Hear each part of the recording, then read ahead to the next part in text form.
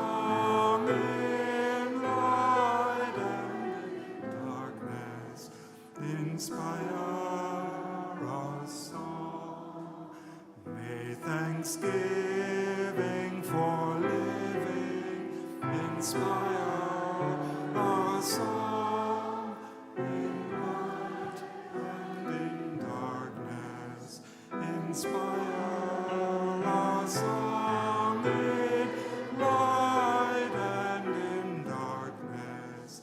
Inspire our song.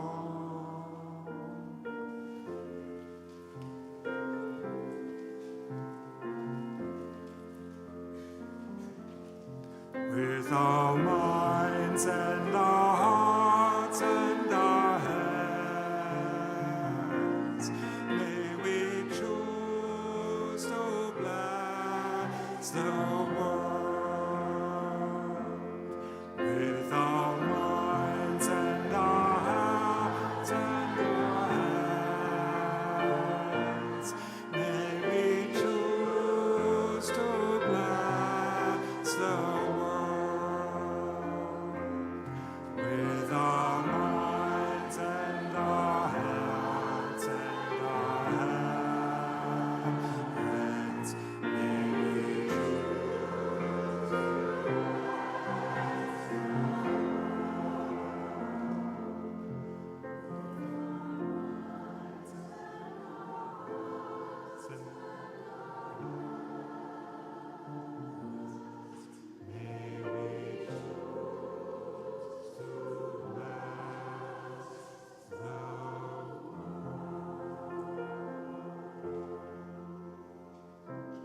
Please rise in body or spirit and sing number 38 in our gray hymnals.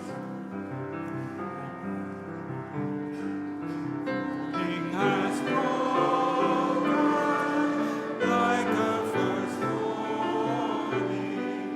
Backward has spoken like a first bird.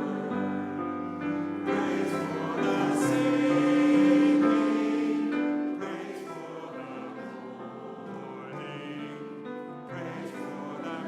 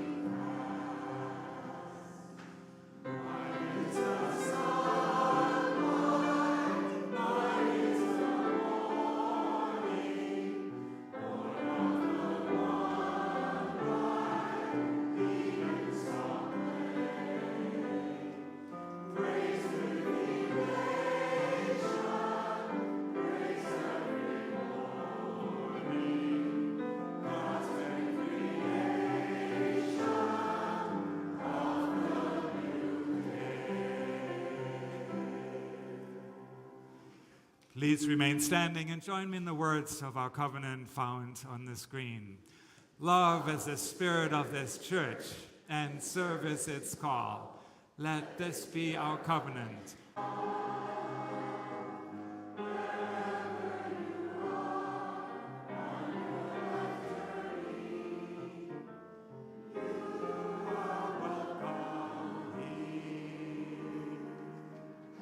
I am Michael Leuchtenberger, and I get to serve as the settled minister of this caring, this curious, and ever-evolving congregation. I am grateful to be here. Wherever you are, wherever you are, wherever you are, on your life journey.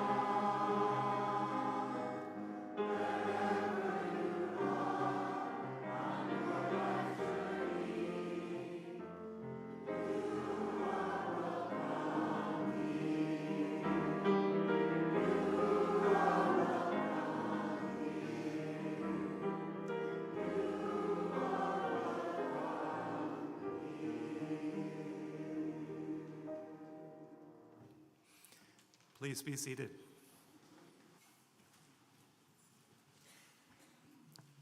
Welcome to worship. So good to be with you this morning in person and online. My name is Dory LeCount, and I serve as the Family Engagement Coordinator of this music-loving and child-embracing congregation. We are here to support each other on our own and our shared spiritual journeys, centered in love, compassion, curiosity, courage, and joy. I am especially happy to welcome first-time visitors and returning visitors. If you are a visitor, we hope you will find us a community eager to welcome you and respectful of the path that has brought you here today. Anyone wearing a colorful floral stole, one of these, is glad to answer any questions that you may have. There is info written in the pew folders and at the visitors table for you to take. For our online participants, it would be wonderful if you introduced yourself in the chat so that we know you are here with us. Our church buildings are located on the traditional homelands of the Pennacook Abenaki people, past and present. We acknowledge and honor with gratitude the land and the people who have stewarded it for generations.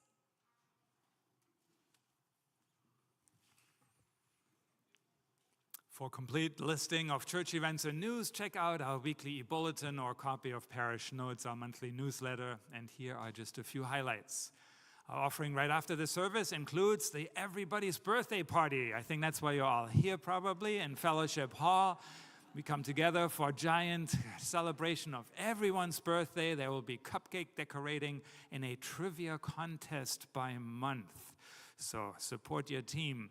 At 11:45 or thereabouts, our sermon dialogue will start with me in the parlor or on Zoom for facilitated conversation on today's theme of gratitude as a choice.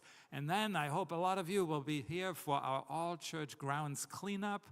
There's a job for everyone. Raking, pruning, weeding. This is the big one. It takes a village to ready our grounds for winter.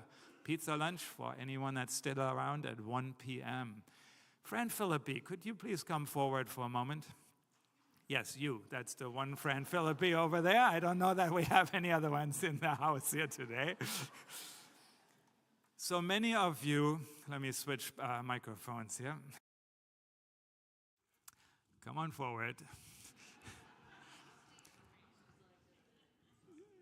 Anyone here appreciate the beauty and the care that's been given to our grounds? Let's hear it. Yeah.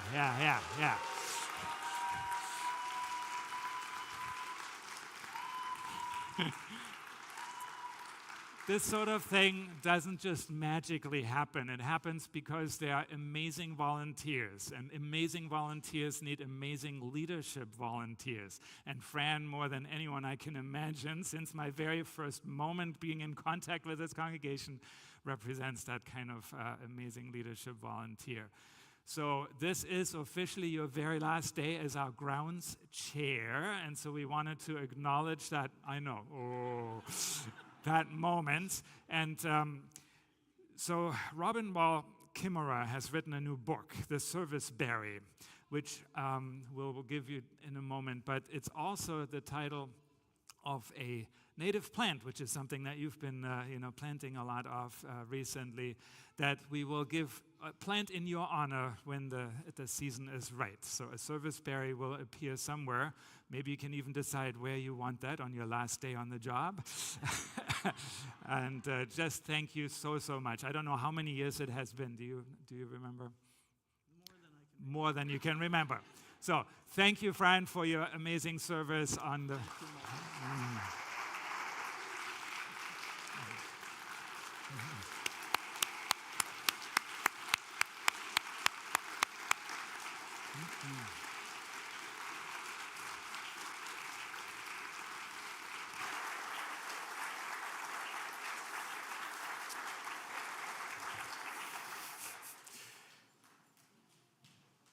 For kids ages 5 and up, our Young Explorers program will happen as well during that 11:45 slot. Today with a special tour actually of our chapel. If you haven't seen it, the chapel has turned a haunted house by our youth group. So kids, are you ready for that? Well, not quite yet.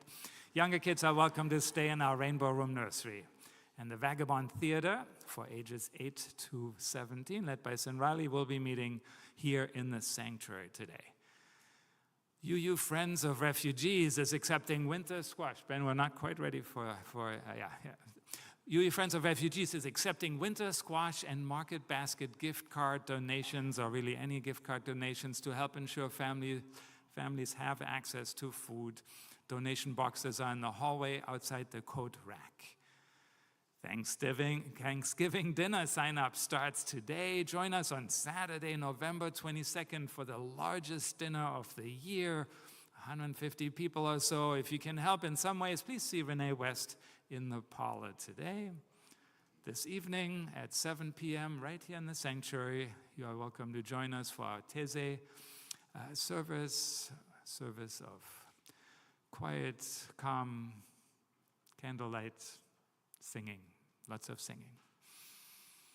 Tuesday, all are welcome to join our weekly welcome table dinner at 6 o'clock, a free conversation-rich meal of plant-based, low-packaging food with gluten-free options.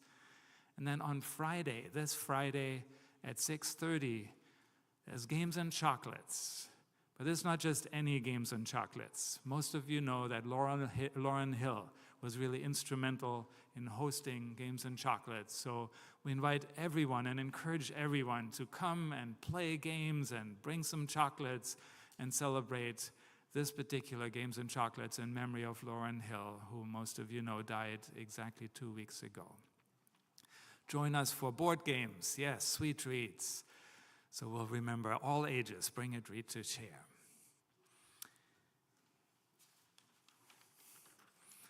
Imagine for a moment that our church was set in a concrete jungle. How would that experience, your experience, be different? Fortunately, of course, we're blessed to have abundant grounds, as we just celebrated, and a forest to steward.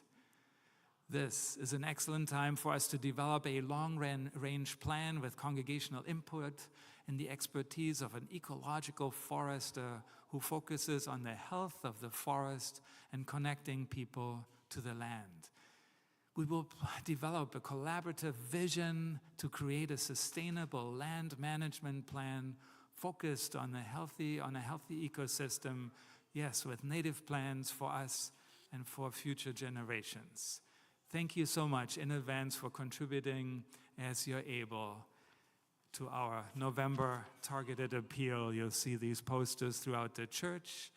There's a drop box for you to contribute outside in the parlor, and you can always make checks available out to the UU Church or go online. There's QR codes available. Each week, now Ben, come on forward. We light our chalice to set this time apart and to mark it as sacred. If you're at home and you have a candle or chalice ready, I invite you to light it now as Ben lights our chalice here in the sanctuary.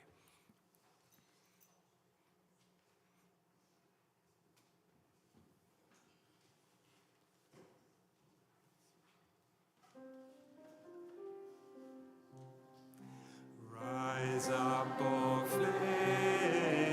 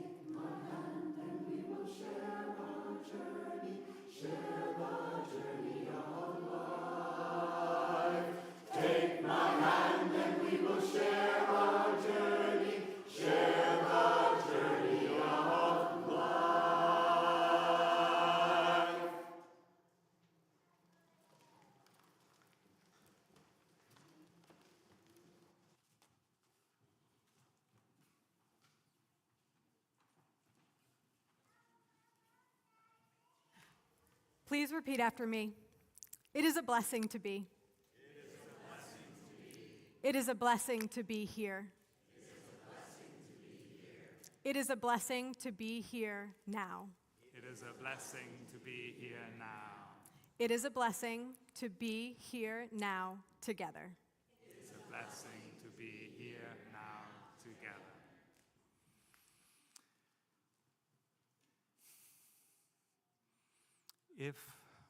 If the moon came out only once a month, people would, I think, appreciate it more.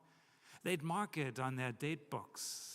Take a walk by moonlight. Notice how their bedroom window framed its silver smile. This, by the way, is a poem by Kathy Ross, so I don't claim to have written this. It continues, and if the moon came out just once a year, it would be a holiday with tinsel streamers tied to lampposts, stores closing early so no one has to work on Lunar Eve.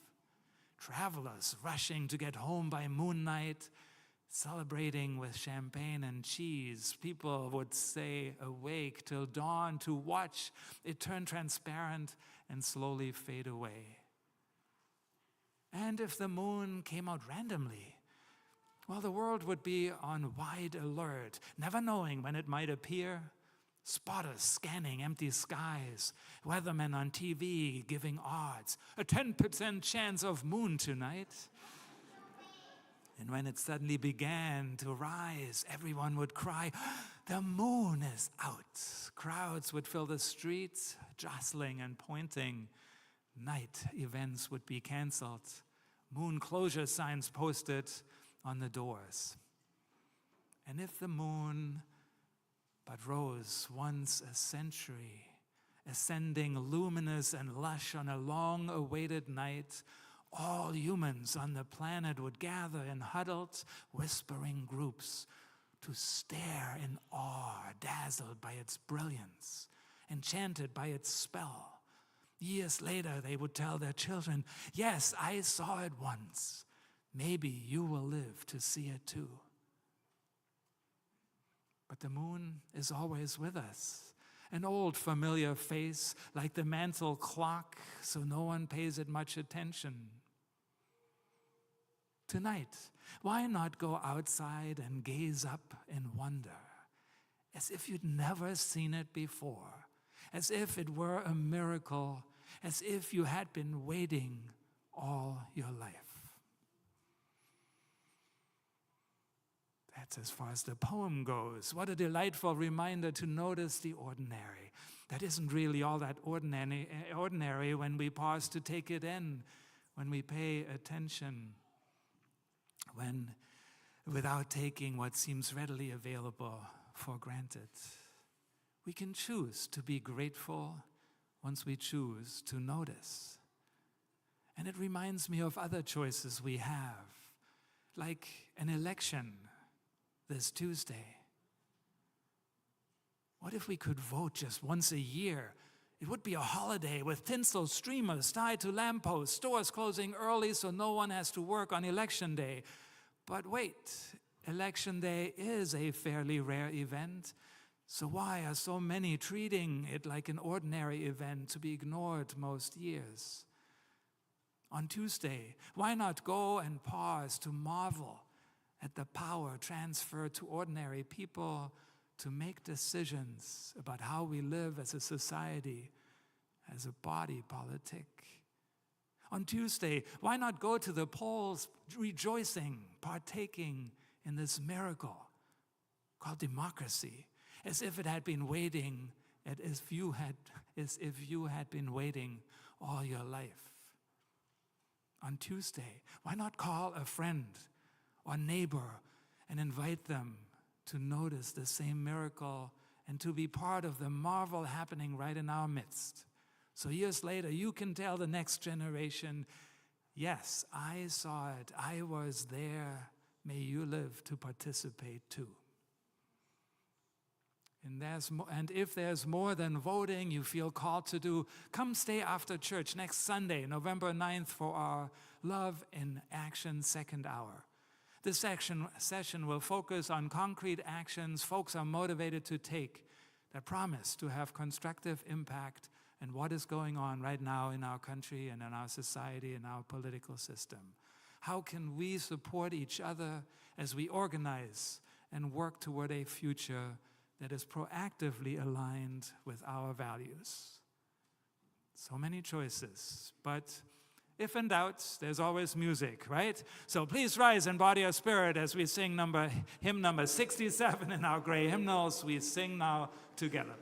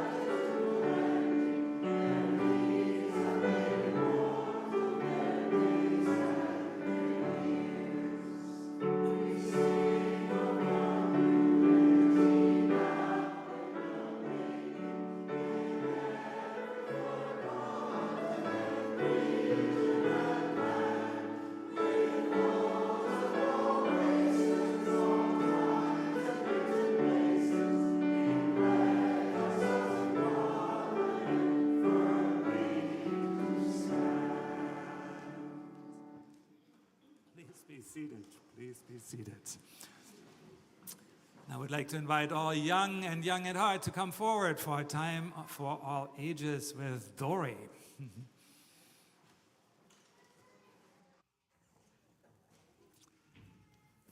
Come on down, I can hear you. All right. This morning, we are reading The Secret of Saying Thanks. I'm going to sit right in the middle, so you can all scooch down so you can see. The Secret of Saying Thanks by Douglas Wood. Come on over here. The world is full of secrets. Gentle, shy things that some people know and some don't. The best secrets are the ones that make us happy. And the best thing about any secret is sharing it with someone else who wants to know. Perhaps you'd like to know a secret, one of the happiest of all. You will surely find it for yourself one day. You'll discover it all on your own, maybe when you least expect it. You might discover the secret at dawn. A morning like all other mornings, the sun climbs over the edge of the earth and begins to fill the world with light and warmth. It touches your cheek with a golden ray, and you say softly, simply, "Thank you, sun, for the gift of a new day, for all its choices and challenges, for all the beauty that it brings."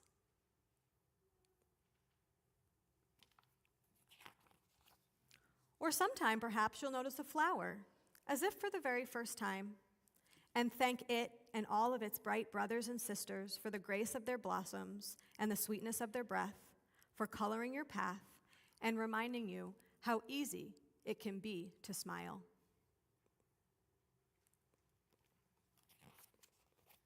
Or you might discover the secret when you find yourself under an old tree and grateful for the cool shade on a hot day. Stay a while beneath its limbs, remembering there are good and gentle gifts of trees all over the earth. Forests to explore, leaves to sing in the breeze, and roots to hold the earth in place, and simple lessons in how to grow.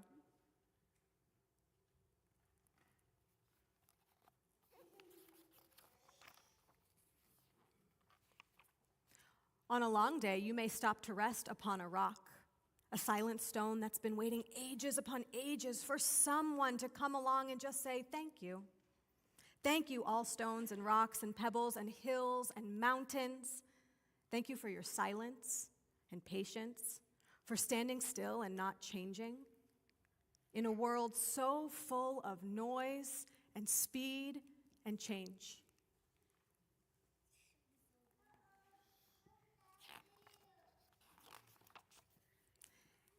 Perhaps you'll remember to thank all creatures who swim or crawl or creep or burrow or climb or run. Creatures with fur or feathers, horns or hooves or scales or shells, they remind us of the mystery and the beauty of all life. And they save us from a great loneliness here on our small blue planet, sailing among the stars. And those stars themselves, tiny twinkling beams from far, far away, further than you can even dream, that give us just enough light for dreaming or wishing upon. Don't forget to thank them, and the soft shining moon, the night sun that helps us find our way in the dark. Beneath the moon, the earth's waters are spread with silver, lakes and rivers, ponds and puddles, streams and oceans. It is the waters that make the magic of life possible. Perhaps one day, taking a cool drink or paddling a canoe, or swimming or splashing in the sun, you will remember to say, thanks.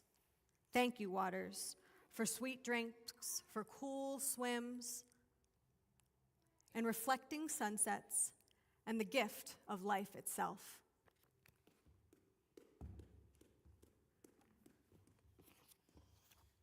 Maybe you'll first find the secret in your own home, sitting around a table with people you love, giving thanks for good food and the good earth that gave it, for the many hands that prepared it, and for family to share it.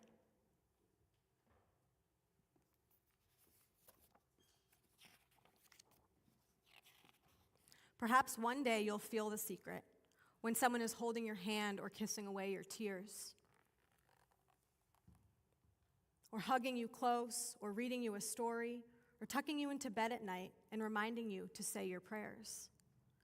Or maybe in your bedtime prayer itself, as you say thanks for the sun and the moon and the stars and the rocks and the trees and the flowers and the waters and the birds and the animals, and all of those who love you, and all the love that you have for them. For here is the secret, if you have not already guessed it.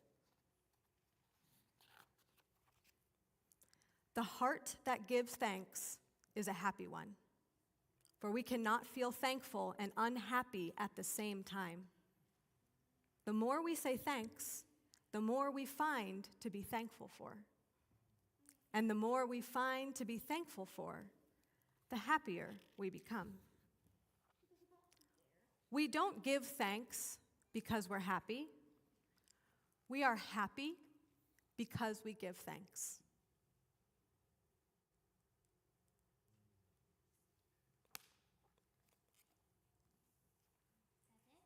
That's it. Now you take it and you go and you give thanks all month long, all year long. Awesome. So now, kids, let's sing our children's blessing along with the movements that embody its message. And after we sing it through, once please exit to your Young Explorer program, which starts off with a tour of the chapel and the haunted house. And the youth group is waiting for you there. And just in case we hear screams of little kids, it's okay. They're just being scared a little bit. All right, let's sing.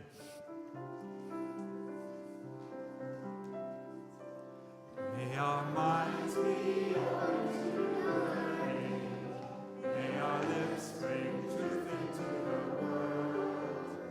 May our hearts know love and our hands do the work of justice as we go our way in peace. As we go our way in peace. May our minds be open to learning. May our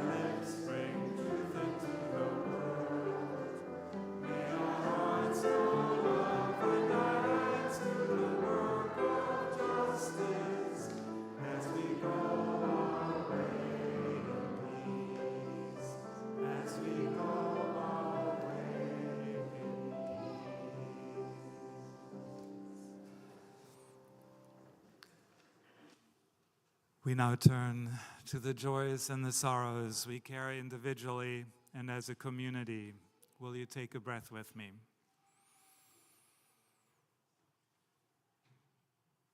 As we surrender to this moment, let us notice our body resting, grounded, supported by the earth. And as the piano begins to play, you're invited to come forward, light a candle or place a stone at the table to your right, or add a note to the Holding Our Grief wheel. Today's joys and sorrows we will hold in silence with no public sharing at the microphone.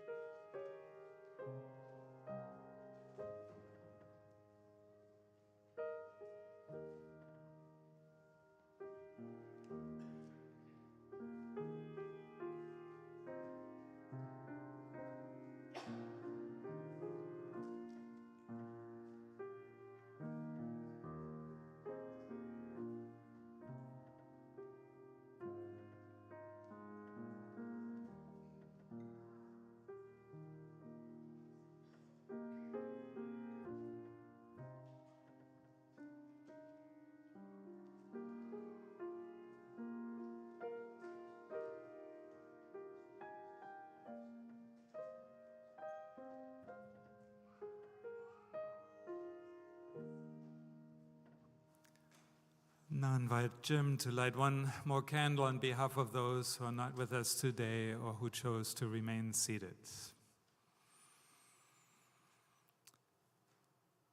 Earlier this week, I spoke with Susan Kerber, who is also here with us right there in the back, and she would like us to know that she will have a biopsy done after the holidays to decide what to do about her tumor. And her Parkinson's is also continuing to progress. She would love to feel the support of our congregation And long-term members know how much of a pillar Susan has been over the decades, caring for others, leading and contributing in countless ways. Susan and Ken are okay with food for now, but she would so appreciate visits at our home in Dunbarton. Just make sure you call ahead or check in with her today after this service. She also needs rides into town, to doctor's appointments, and for other reasons.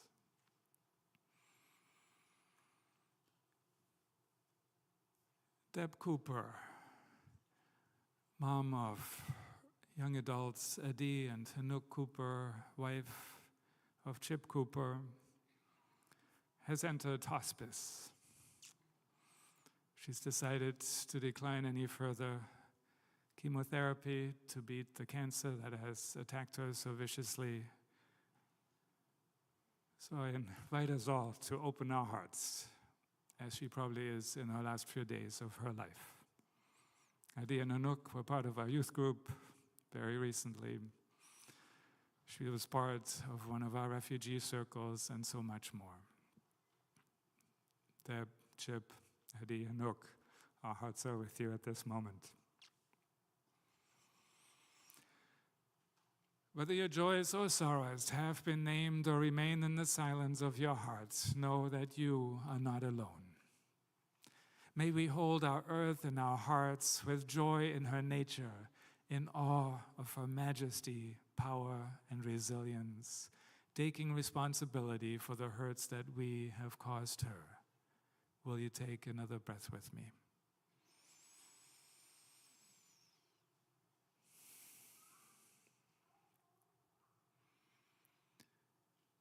This week, we hold in love Brian, who is Bevan's son. Please join me now in our musical meditation. We offer thanks and praises.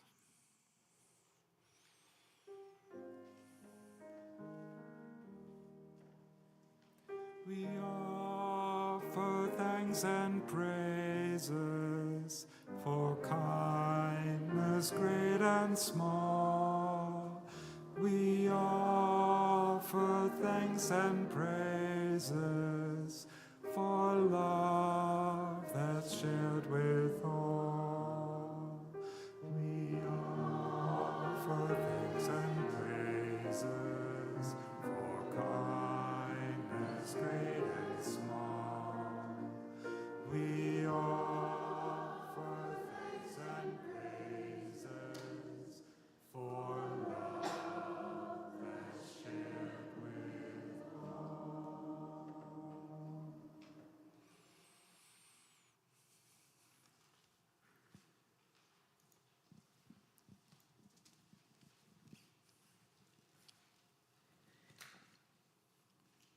In 1949, the psychologist Donald Hebb coined the phrase, neurons that fire together, wire together.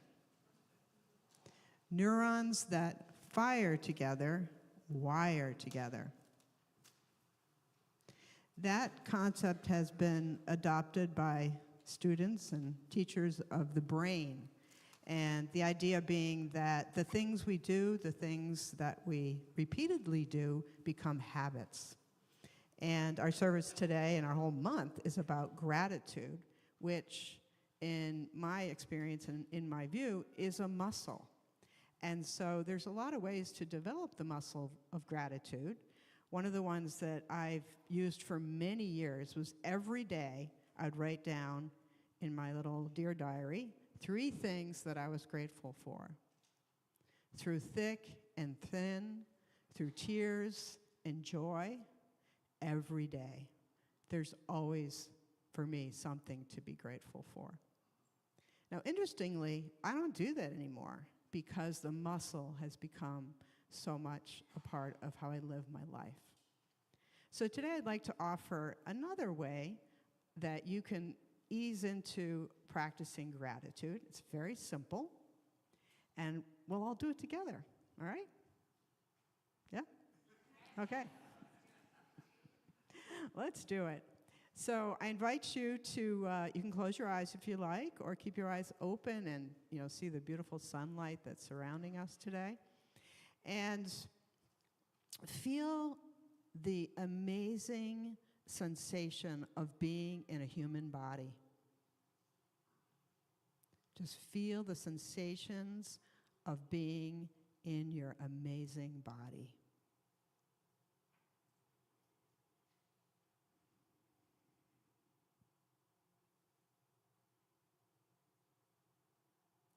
And then I invite you to fill in the blank.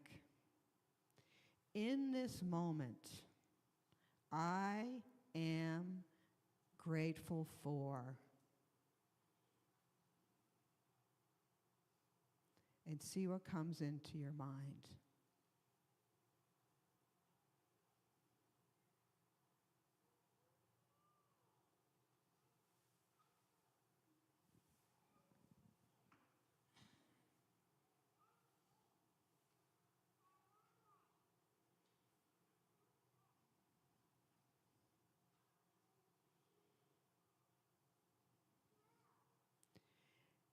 And let your heart open to your own sense of gratitude and thankfulness to whatever came into your mind. Let it breathe, let it be, let it expand.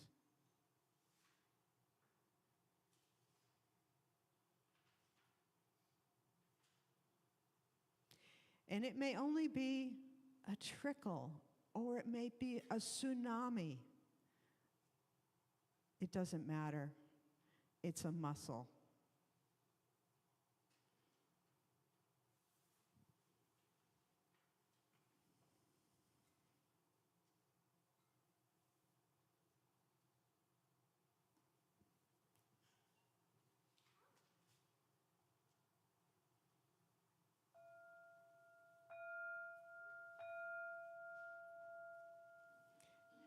And you can do this any old time.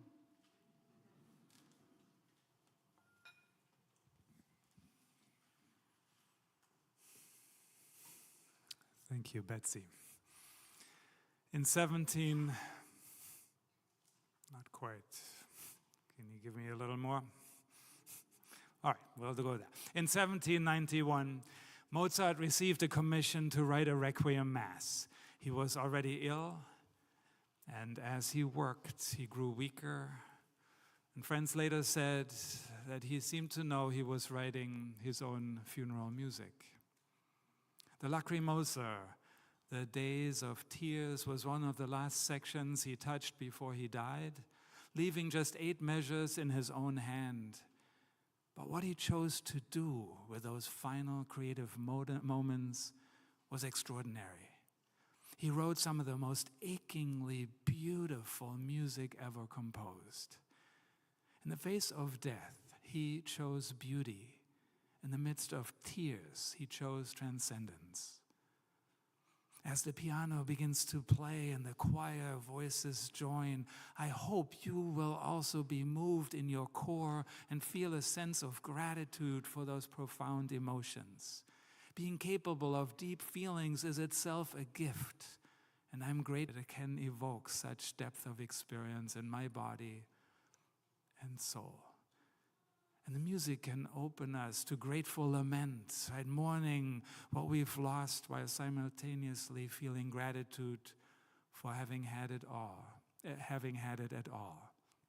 As Khalil Gibran reminds us, when you're sorrowful, look again in your heart, and you shall see that in truth you're weeping for that which has been your delight.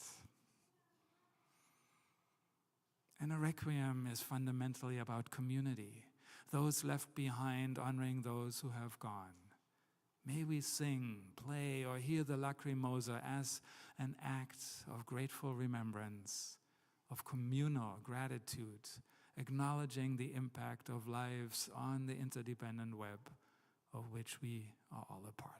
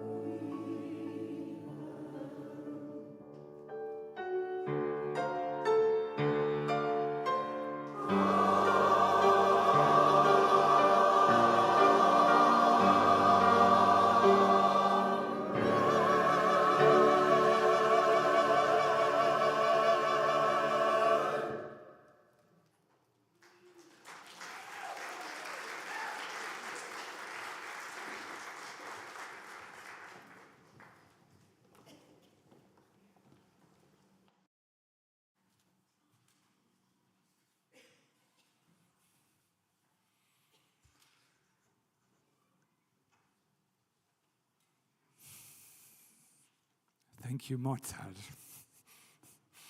And thank you, each and every one of you, for being here this morning. I do not take for granted your presence in person or online. You being here makes a difference to me, and I know to everyone else present, whether you know it or not, and hopefully to you as well. The list of benefits of being grateful is long and well established. Benefits like, today's sermon really is not about why gratitude is valuable, why it adds well-being to our lives, why it makes us more pleasant to be around, lowers our anxiety, increases contentment, rebalances the stress cycles, improves our sleep, boosts our immune function, and leaves us with more energy and vitality. And I won't go into why it builds resilience, encourages generosity, and invites ethical living. I offer these as assumptions, as given based on my personal experience and based on the insight of all the major spiritual traditions and the research of psychologists throughout the world. Today's sermon wrestles with gratitude as a choice. If only this would happen in my life, I would be just ever so grateful, right? If only things would change in the political landscape, I would be full of praise. If only I hadn't experienced this loss. If only I could recover. If only I felt I had a choice worth choosing, then I would be the first to say thank you and express my gratitude. Tempting to wait for these moments, those if-onlys, to play out the way we wish they would. Yeah, that's not the way life works, is it? At least not the way I know life. That's not the reality of the messiness of human community. It's not the reality of biology as it meanders from birth to sickness, to health, to death. It's not the reality of the human mind as it tries to make sense of consciousness and its limitations in understanding why we act the way we do and why bad things often do happen to good people. Today's sermon is an attempt to remind us that much of the time we do have a choice. Like that lover of operas who could no longer attend a full-length concert of her favorite music. Was it Mozart's The Marriage of Figaro, or The Magic Flute, or Verdi's La Traviata, or Rigoletto, or Puccini's La Bohème, Bizet's Carmen, or Rossini's The Barber of Seville, or was it all of them? What a loss it must have been to miss out on all those masterpieces. And yet she made a choice. Rather than resigning herself to stop attending the opera as she had done for decades, she realized she could still make it through some parts of the performance. So there she was, listening to the sounds of the overture. When my marriage to Kara first unraveled, 2012. Yes, there were feelings of frustration and disappointment and many of the other negative feelings. And yet somehow we managed to hold on to that sense of gratitude for the family that we had started together, the birth she had given today, 23 years ago, to our first son, Daniel. And gratitude for all the beautiful memories that we had created together, even though they weren't going to be quite the same going forward. And also gratitude for what she had offered to me throughout the years that we had known each other, the dancing, the singing. And yes, that wasn't all I felt, when I won't go into those details. Or that move to the United States, right? Living in the US, I was very grateful for that. And then suddenly there are all these liberties that I've taken for granted beginning to dissolve. How can I feel gratitude for some of that? And yet I am still feeling gratitude for at least what is left, for what is still possible, for what I can still do day in, day out, and this very moment being here with you, singing beautiful music. I reminded myself of that story that as much as I love to dance and, part of my thing as a dancer was I could jump high. I would jump over Kara when we would do our swing dance routines. And then my Achilles tendon ruptured, right? 3 or 4 days before my ordination. Some of you remember that. I hobbled in here, sitting on, barely making it into here. No more of that. But I'm still grateful for the dancing I still get to do with Krista and some of you. And sometimes I'm sad because I would love to be able to play the piano like Heather does. So I took my first sabbatical and really worked hard on trying to improve my piano skills.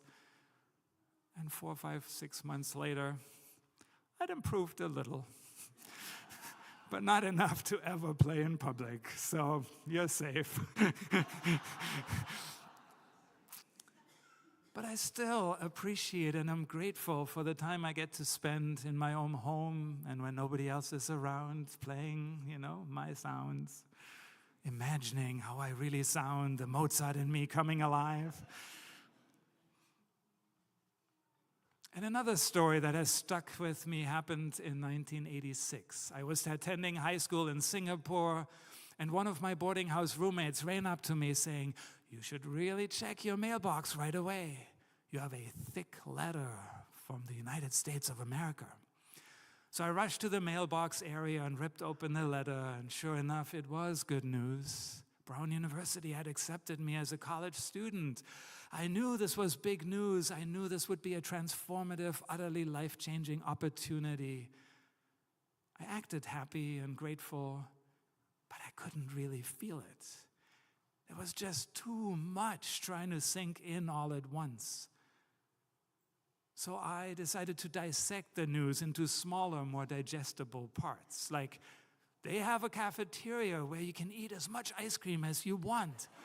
Woo, that I could smile about in earnest. Or the fact that now the outcomes of my final exams would not matter anymore at all.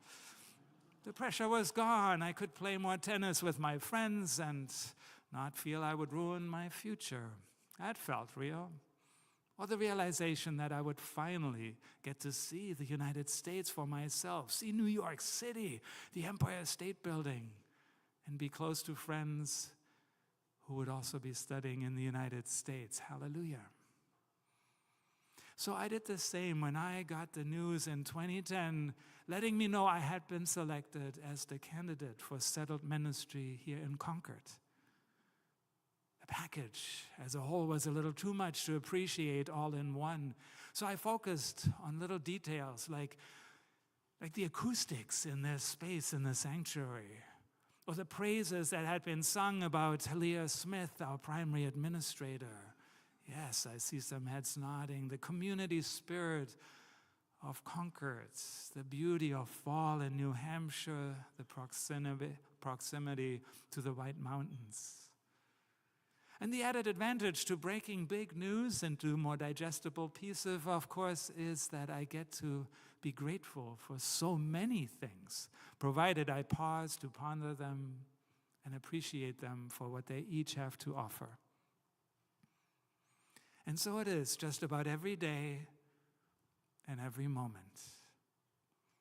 I get to be grateful for the overall experience, say, of biking to church. And yet what really stirs my awe and appreciation is each moment of that ride. At the lettuce still growing in the raised bed in my front yard. Hi, lettuce. The progress my neighbors have made re-roofing and residing their home. Way to go. I probably should do the same, but I don't have the money right now. The reflection on the water halfway down Clinton Street, holding onto a hint of yellow and red, and yet the trees letting go of leaf after leaf, shaking in the wind. And the new sign at the entrance to the UU Church, the one with the new arrow pointing up the parking lot towards the main entrance, organized and paid for by none other than Fran Philippi. Yes, behind the scenes, few of you probably know this. The sign surrounded by the beauty of native plants she has been planting all summer long at that same entrance. My heart smiles with gratitude each time I ride up that driveway. Thank you, Fran. Yes, I have other choices. I could focus on feeling cold or hot, sweaty. I could focus on the fact that they still haven't repaired the bridge on Page Road, so my commute now stretches an extra 1.6 miles. I could focus on the lack of a bike lane that would make my commute safer and more accessible for others. And sometimes I make those choices, yet I find those earlier choices serve me better. And biking the same road day in and day out reminds me we have the choice to look at the same things over and over, like the moon in our opening poem, or like our spouse, our housemaid, our children, the potted plants that may need some extra water, the bread we make or buy, the sanctuary, the person you're sitting next to, your shoes. And we get to make the choice to notice them with curiosity, with wonder, with amazement, because they are amazing and wonderful if we pause to take a closer look, to listen more fully, to apply our curiosity. Yesterday, I got to officiate at the memorial service of Sandra Stonebangs. She was a friend of the congregation, rarely present on Sunday mornings, yet she felt this was her spirit home regardless. She had left written instructions for her family to have her celebration of life here at the UU Church and had asked for me to lead the proceedings. Story after story highlighted what a gift she had been in the way she would ask you to reflect on how things were going. Fine was not a sufficient answer. Fine as in F-I-N-E, right? Feelings I am not. Expressing was not enough. She was curious to go deeper. She took time and she listened. She listened you into figuring out how you really felt. And those in her orbit couldn't be more grateful each time they made the choice to let Sandra take them to that next level. And yet sometimes the opportunity to listen has come to an end. A relationship has turned dormant. Boundaries have been set to limit or even eliminate interactions. How to choose gratitude when silence is all we get. This can be tough. And yet it's remarkably common in families, in friendship circles, among neighbors, between siblings and former lovers. Someone I care deeply about is missing the connection she used to have with her daughter. Though they live near each other, there is no contact. This is very hard for the mother. And there are reasons for the daughter to create the boundaries she feels are needed. The decision did not come easy. The mother now faces a choice. She can lament the loss of the relationship she wishes to have. If only her daughter would do this or that, then joy and gratitude would be possible and come easy. She has the choice to see herself as someone with little control over her feelings and how she gets to experience a key part of her life. She can feel as the victim of circumstances she doesn't understand or is reluctant to understand for fear of what it may say about her and the choices that she has made. I don't claim there's a simple solution to untangle what has evolved over decades. Yet I can see a role for gratitude in softening the experience. And I return to the idea of disassembling the overall experience. Too much to digest all at once, too complex to apply a single emotion to the overall situation.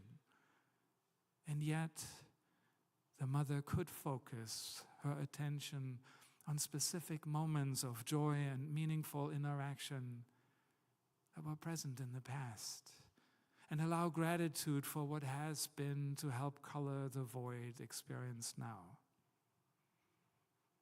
This is not easy. And I could imagine the mother deciding to be grateful for the fact that her daughter is still alive, proactively caring for herself as best as she can and knows how to, making decisions not to hurt her mother, but to support her own health and well-being. The mother also has the choice to be grateful for the many other things in her life that bring her joy and meaning, adding balance to her experience, relieving the pressure on the relationship that has ceased to function in the familiar ways.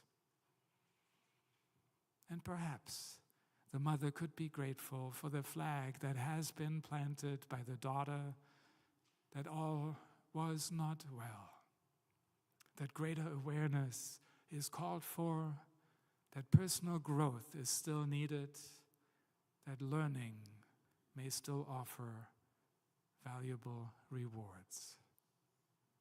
Gratitude can invite us to let go of wishing for a particular outcome, thereby creating space for the unexpected within ourselves, within the other, and within that which connects us. Gratitude is no silver bullet for all that's aching in our hearts. Yet each moment contains that invitation to pause and to linger, and then appreciate what we notice again and again, whether small and ordinary, or smaller yet and even more ordinary.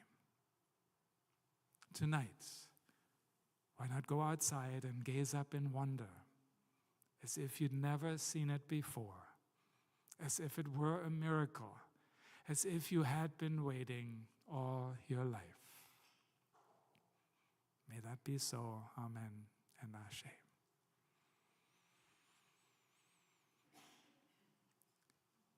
Thank you for your generous support of last week's outreach offering to support the Capital Region Food Program. Today's community plate will support the Emerson School for preschoolers in honor of their 60th anniversary. A valued tenet of our church, Emerson School is a nonprofit, non-denominational organization. Emerson is accredited by the National Association for the Education of Young Children and offers morning and afternoon programs for 3-, 4-, and 5-year-old children. Emerson's classrooms and woodland playgrounds create a beautiful space for play, exploration, and learning. Our morning offering will now be gratefully received. May I suggest to you, may I suggest this is a blessed part of your life. May I suggest this time is blessed for you. This time is blessed and shining almost blinding bright.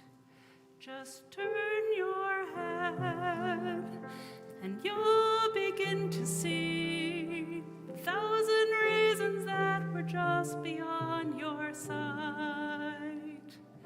The reasons why why I suggest to you, why I suggest this is a blessed part of your life.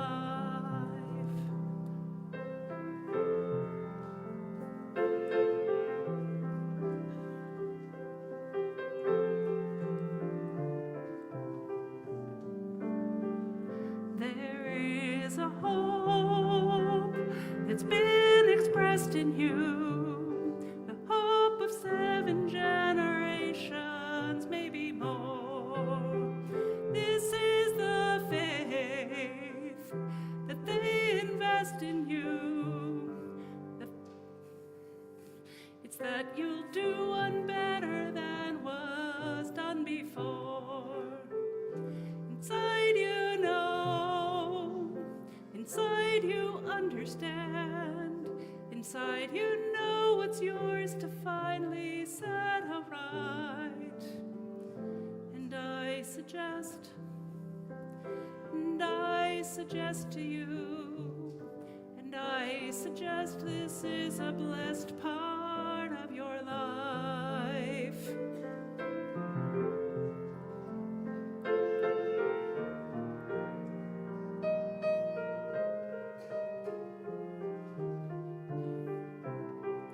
This is a song, comes from the west to you, comes from the west, comes from the slowly setting sun. This is a song with a request of you to see how very short the endless days will run.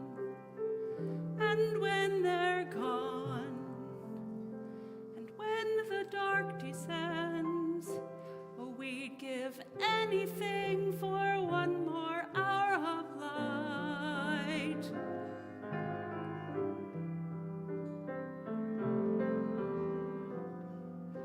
And I suggest this is a blessed part of your life.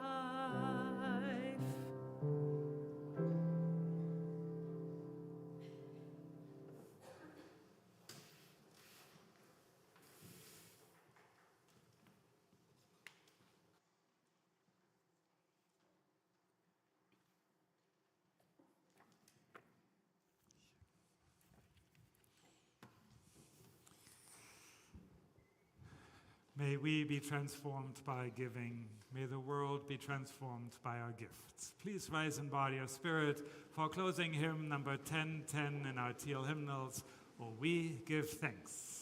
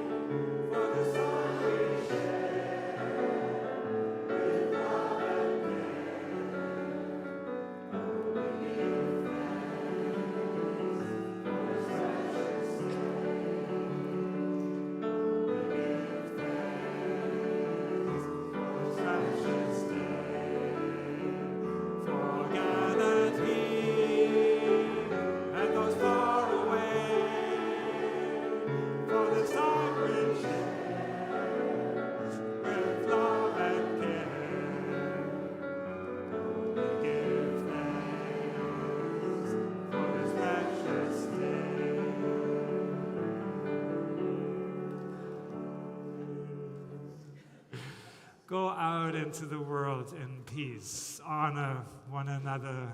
Listen with an open heart. Stay curious. Have courage. Be kind. Connect with your inner gratitude and so much more. Embrace the mystery. Welcome awe. And live always the way of love. I now invite you to extinguish your chalice at home as... All right, come on forward, Mike, as Mike extinguishes our chalice here in the sanctuary. Perfect.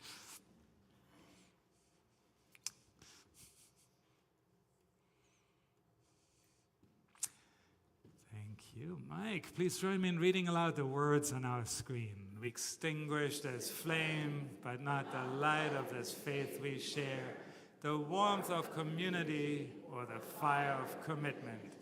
These we carry in our hearts until we are together again.